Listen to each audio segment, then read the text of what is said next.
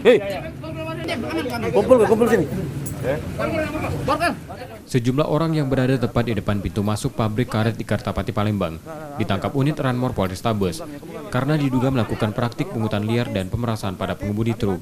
Upaya penangkapan sempat ditolak karena orang-orang yang ditangkap membantah apa yang dituduhkan. Beberapa di antaranya menyebut nama seseorang sebagai bos mereka. Meski sempat tegang, polisi tetap menangkap mereka dan membawanya ke Polrestabes Palembang karena sebelum penangkapan polisi sudah mengintai gerak-gerik orang-orang tersebut selama 3 hari saat melakukan pungutan liar. Kasat Reskrim Polrestabes Palembang mengatakan operasi tersebut dilakukan berdasarkan laporan yang diterima mereka dari awak truk yang sering jadi korban pemerasan. Karena ada laporan dari supir truk yang dimintai dengan kita terapkan pasal pemerasan dan kita proses hukum sesuai dengan apa pasal yang dikenakan terhadap mereka 3 orang.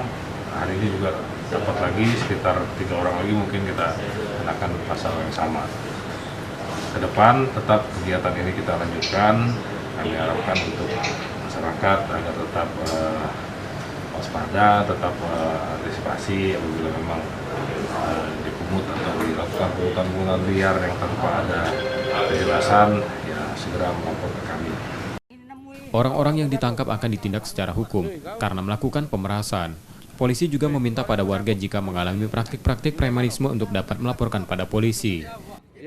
Yudi Kiswanto, Kompas TV, Palembang, Sumatera Selatan.